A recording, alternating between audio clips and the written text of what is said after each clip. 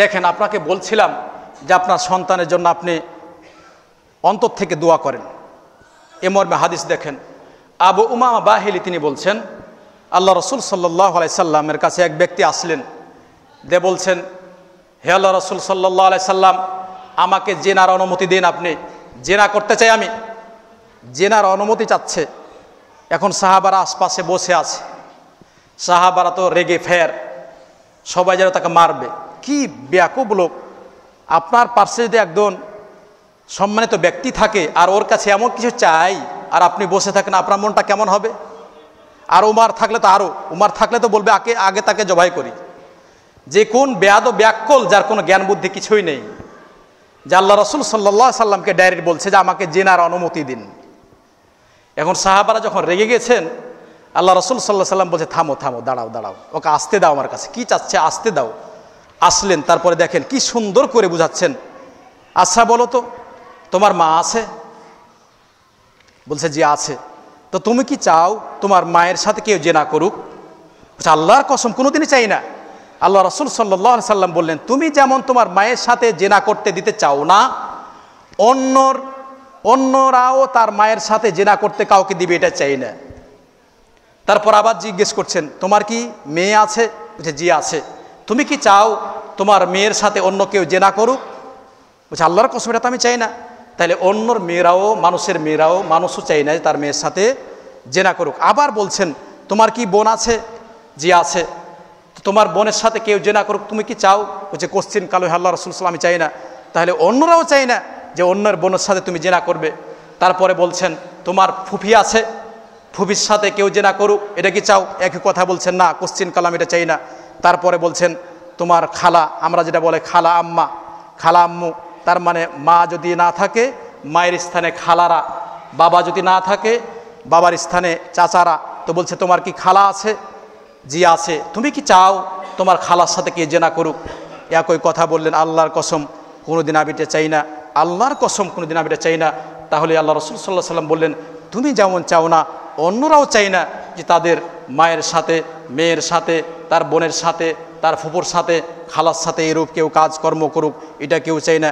দেখেন আল্লাহ রাসূল সাল্লাল্লাহু আলাইহি সাল্লাম তারপরে কি করে সুন্দর করে দোয়া করলেন, আল্লাহুম্মা গফির যামবাহ ওয়া তাহহির কলবাহ ওয়া হাসসিন ফারজাহ। তিনি দোয়া করে দিলেন তাকে, হে আল্লাহ তার পাপগুলা মোচন করে দাও, হে আল্লাহ তার পাপগুলা মোচন করে দাও। তারপরে বলছেন যে ওয়া তাহহির কলবা, তার অন্তরকে তুমি পবিত্র, পরিষ্কার, নিষ্কলুষ করে দাও।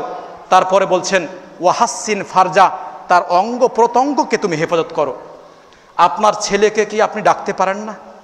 আপনি কি আব্বু বলে ডাকতে পারেন না? বাবা তোমার কি সমস্যা? আপনি রাত্রে একবার কেঁদে কি আল্লাহর কাছে দোয়া করতে পারেন না? আপনার ছেলে বিপথে চলে গেছে, আপনার কি ময়া হয় না, দয়া হয় না যে রাত্রে উঠে আল্লাহকে বলেন, আল্লাহ গো আমি তো এই সমস্যায় পড়ে আছি, আমার ছেলেকে তুমি পবিত্র করো, আমার ছেলেকে সঠিক পথে নিয়ে আসো। আপনি দোয়া করতে পারেন না? আল্লাহ তো আপনাকে বলছে দোয়া করার জন্য, আল্লাহ আপনাকে বলছে দোয়া করার জন্য। আবু হুরায়রা এই হাদিসটা যেটা বললাম, এই হাদিস ইমাম আহমদ বিন হাম্বাল তার মুসনাদ গ্রন্থে নিয়ে এসছে, যেটা বলছে ইমাম বুখারী রাহিমাহুল্লাহ নিয়ে এসছেন। আমরা হাদিসটা জানি, আল্লাহ তো আপনাকে বলছে। আবু হুরায়রা থেকে বর্ণিত, তিনি বলেন রাসূলুল্লাহ সাল্লাল্লাহু আলাইহি সাল্লাম ইরশাদ করেন যে আল্লাহ তাআলা প্রত্যেক রাত্রের তৃতীয় অংশে নেমে এসে বলেন, মাইয়াদুনি ফাস্তাজিব লাহু, এমন কি আছো আমাকে ডাকো, আমি তার ডাকে সাড়া দিব। আপনি ডেকেছেন, আপনার স্ত্রী যে আপনার কথা শুনে না, ডেকেছেন আপনি, আপনার স্ত্রী যেন দোয়া করেছেন, আল্লাহ আমার স্ত্রীকে ইহদিনাস সিরাতাল মুস্তাকিম, সরল সঠিক পথ দেখাও, যাতে করে সে আমার কথা শুনে, আমি যে তার স্বামী, আমাকে স্বামী হিসেবে সম্মান করে। হে আল্লাহ আমার ছেলে মেয়ে রয়েছে, ছেলে মেয়েগুলাকে তুমি সরল সঠিক পথে পরিচালিত করো, যাতে আমার কথা শুনে। আপনি কি রাত্রে উঠেছেন, রাত্রের তৃতীয় অংশে উঠার পরে আল্লাহকে বলেছেন, চোখের পানি ফেলেছেন, আপনি কি অন্তর থেকে দোয়া করেছেন? আপনার ভিতরে ত্রুটি রয়েছে, আপনার ছেলে মেয়ের জন্য আপনি দোয়া করেননি, আপনার ভিতরে ত্রুটি রয়েছে। আপনি এটা একবার চিন্তা করুন যে অনেক ত্রুটি রয়েছে, তাই আমি কি করে ছেলে মেয়েকে মানুষ করব? আপনি আল্লাহর কাছে ক্রন্দন করেন, আল্লাহকে বলেন, চোখের পানি ফেলেন অন্তর থেকে, যেমন আল্লাহ রাসূল সাল্লাল্লাহু আলাইহি সাল্লাম বললেন, আল্লাহুম্মা গফির যামবাহ, হে আল্লাহ তাকে মাফ করে দাও, তার অন্তরকে পরিষ্কার করো এবং তার অঙ্গ প্রত্যঙ্গকে হেফাজত করো। অন্তর থেকে দোয়া করেছিলেন আল্লাহ রাসূল সাল্লাল্লাহু আলাইহি সাল্লাম, তাই তার দোয়া কবুল হয়ে গেছিল। তারপরে সে ছেলে ওই যে এরপর আর কাউরি দিয়ে তাকায়নি। আল্লাহ এমনভাবে তাকে নিষ্কলুষ করেছেন, আপনি তো বাবা, বাবার তো দোয়া কবুল হবে, এটা তো বলা হয়েছে বাবার দোয়া কবুল হবে। আল্লাহর কাছে সন্তান সন্ততির জন্য আপনি দোয়া করবেন, এই দোয়া কবুল হবে। আপনাকে চাওয়ার মতো চাইতে হবে, তাহলে দোয়া কবুল হবে। আপনাকে কারোর কাছে যেতে হবে না, আল্লাহকে ডাইরেক্ট বলেন, আল্লাহকে ডাইরেক্ট বলেন। আপনাকে ডাকার জন্য আল্লাহই বলছেন, আল্লাহকে বললে আপনার দোয়াটা কবুল হবে। এরপর আল্লাহ রসুল সাল্লাহ সাল্লাম বলছেন, আল্লাহ বলছেন মাইয়াস আলুনি ফাওতিলাহু, আমার কাছে যে যা চাইবে আমি তাকে তা প্রদান করব। মাইয়াস্তাগফিরলি ফাগফিরলাহু, আমার কাছে ক্ষমা চাইলে আমি তাকে ক্ষমা করে দিব। তা আপনি আমি ডাকার চেষ্টা করি। আবু হুরায়রা বলছেন, আল্লাহ রসুল সাল্লাল্লাহু আলাইহি সাল্লাম বলেন, যে ব্যক্তি নিষেধ করছেন এই হাদিসে অন্য এক হাদিসের জাবের, আর এক হাদিসের উবাদা বিন সামিত। যা হোক, উবাদা বিন সামিত ইমাম বলছেন যে তোমার সন্তানের জন্য তুমি খারাপ দোয়া করো না, তোমার নিজের জন্য বদ দোয়া করো না, তোমার সন্তানের জন্য বদ দোয়া করো না, তোমার মাল যে রয়েছে ধন সম্পদ এর জন্য বদ দোয়া করো না, তোমার যে খাদেম এর জন্য বদ দোয়া করো না। এমন সময় হয়তো বদ দোয়া করছো, ওই দোয়াটা কবুল হয়ে গেছে, তখন তুমি শেষ হয়ে যাবে। অনেকে রয়েছে বাপের কথা, যুবক মানুষ। আচ্ছা বলেন তো, আপনি যখন যুবক ছিলেন কেমন ছিলেন? আপনার ইতিহাস আপনি লক্ষ্য করবেন, যুবক ছিলেন আপনি অবশ্যই দুষ্ট ছিলেন। আপনার বাবাকে আপনার জন্য খারাপ দোয়া করেছে। আপনার ছেলে এখন ধরেন 20 বছর বয়স, 20 বছর বয়স হয়েছে, হয়তো ছেলে মেয়ে কোনো কাজ করেই বসেছে। তা আপনি তাকে বদ দোয়া না দিয়ে কাছে টেনে বলেন, আম্মু গো, আমি তোমার বাবা, বাবা তুমি জানো, আচ্ছা বলো তো তুমি যে এই কাজগুলা করো, তাহলে তোমার বাবার মুখ থাকবে কোথাও? তোমার বাপ তুমি জানো না, তোমার বাপ কত বড় একটা মানুষ, তুমি অন্যায় কাজ করলে আমি কোথাও মুখ দেখাতে পারবো না।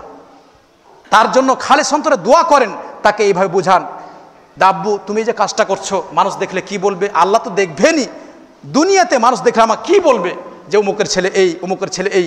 আপনি একদিন দুই দিন নয় বুঝান, আল্লাহ তার জ্ঞান বুঝ দান করবেন, এবং তার জন্য আপনি খালেস অন্তরে দোয়া করেন। খারাপ দোয়া নয়, কিছু করেই বসলে বলবেন না তুই শেষ হয়ে যাবি, তুই বদ, তোকে আর আমি ছেলে হিসেবে নিব না, তোকে আর আমি আমার জমির কোনো ভাগ দিব না, তুই সন্তান আমার বাড়ি থেকে চলে যা, বা তোকে আমি সন্তানে গ্রহণ করবো না। আপনাকে এটা কি শেষ? জি না, এটা আপনার ভুল। আপনার সন্তান রয়েছে, আপনি কি করে ভালো করা যায় সে পদ্ধতি আপনি গ্রহণ করেন, তাকে কি করে ভালো করা যায় এই পথ নেন, আপনি ওই পথে যান এবং তাকে আদর্শ দেন। দেখবেন যে বেশি বেশি দোয়া করতে গেলেই আল্লাহ আপনার দোয়া কবুল করবে, সন্তানও ভালো হবে এবং বাপরও কল্যাণ হবে। তাই যেমনভাবে বাপ মা সন্তান সন্তানের জন্য দোয়া করবে, ছেলে মেয়ে যারা যুবক রয়েছে তাদেরকে বলতে চাই তোমার পিতামাতার খেদমত করা লাগবে, পিতামাতার জন্য তোমাদের দোয়া করতে হবে, যা আমরা বুঝি। জি, এই হাদিসটি ইমাম আবু দাউদ রহমাল্লাহ নিয়ে এসছেন, একই হাদিস জাবির বিন আবদুল্লাহ থেকে বর্ণিত, সে হাদিস ইমাম মুসলিম রহমাল্লাহ নিয়ে এসছেন। এমন হাদিস দেখেন যে আপনার সন্তান সন্ততির প্রতি আপনি দয়া করবেন কি করে। আল্লাহ রসুল সাল্লাহ সাল্লাম বলছেন, আনাস বিন মালিক থেকে বর্ণিত, তিনি বলেন যে রসুল্লাহ সাল্লাহ সাল্লাম যখন ছেলে মৃত্যুবরণ করে, ইব্রাহিম যখন মৃত্যুবরণ করে, ওই সময়তে তার চোখ দিয়ে পানি পড়ছে। আব্দুর রহমান বিন আউফ বলছেন, হে আল্লাহ রসুল, এ কী ব্যাপার, আপনি কাঁদছেন যে, এই কী ব্যাপার, আপনি নিজে নিষেধ করেন কাঁদার জন্য, আপনি কাঁদছেন যে? আল্লাহ রসুল সাল্লাহ সাল্লাম বলছেন যে চোখের পানি যেটা আসে এটা হলো রহমতের পানি। আপনার অজান্তেই আপনার বিপদ হয়েছে, চোখ দিয়ে পানি পড়ছে, আপনি জোরে কাঁদতে পারেন না, আপনার ছেলে মারা গেছে, চোখ দিয়ে পানি পড়ছে, এটা রহমতের পানি, এটা আসবে। কিন্তু আপনি খুব জোরে জোরে কাঁদছেন আর মানুষকে সবকে জানাচ্ছেন এই হলো কি হলো, আপনি সবাই চিখড়াচ্ছেন, এটা নিষেধ। কিন্তু আপনার কষ্ট হয়েছে, চোখ দিয়ে পানি পড়ছে, এটা আসবেই, এটা রহমতের পানি এবং এটা কল্যাণের পানি। এরপরে তিনি বলছেন যে হ্যাঁ, এই চোখের পানিটা আসবে, অন্তরের চিন্তা আসবে, এটা স্বাভাবিক। তারপরে আল্লাহ রসুল সাল্লাহ সাল্লাম বলছেন যে হে ইব্রাহিম, তার সন্তানকে উদ্দেশ্য করে বলছেন যে আল্লাহ যেহেতু তোমার মৃত্যু নিল, এই জন্য আল্লাহর প্রতি আমি সন্তুষ্ট, কিন্তু তোমার যাওয়াতে আমি চিন্তিত। তার মানে সন্তান সন্ততি মৃত্যুবরণ করলে আপনার কষ্ট তো লাগবেই। তাহলে আপনার সন্তান সন্ততি যদি অকল্যাণ পথে যায়, আপনার কষ্ট লাগবে না? তাহলে যে পথে গ্রহণ করলে সন্তানটি ফিরে আসবে সেদিকে আমরা যাই, তাদের জন্য খালিস অন্তরে দোয়া করার চেষ্টা করি, তাদের কল্যাণ চাই, তাদের অকল্যাণ যাতে আমরা না চাই। মা একজন কি করে সন্তানের প্রতি যত্ন নেয়। আয়েশা রাদিয়াল্লাহু তাআলা আনহা বলছেন যে আল্লাহ রাসূল সাল্লাল্লাহু আলাইহি সাল্লাম, আয়েশা বলছেন যে এক মহিলা আমার বাড়িতে আসলো, তার সাথে 2 জন মেয়ে ছিল। তা আমার কাছে আয়েশা চাইলো, আমার কাছে কিছু ছিল না, একটাই খেজুর ছিল, খেজুরের দানা এটা দিলাম। তো এই মহিলা কী করলো, এই খেজুরটাকে 2টা টুকরা করার পরে 2 মেয়েকে দিয়ে দিল। আল্লাহ রসুল সাল্লাহ সাল্লাম আসলে আয়েশা রাদিয়াল্লাহু তাআলা আনহা কথাটা বললেন যে আল্লাহ রসুল, একজন মহিলা আমার বাড়িতে এসেছিল, আমার কাছে কিছু ছিল না, তো একটি খেজুর ছিল, আমি দিলাম, তো সে 2টা টুকরা করে সে খেলো না, 2 মেয়েকে দিল।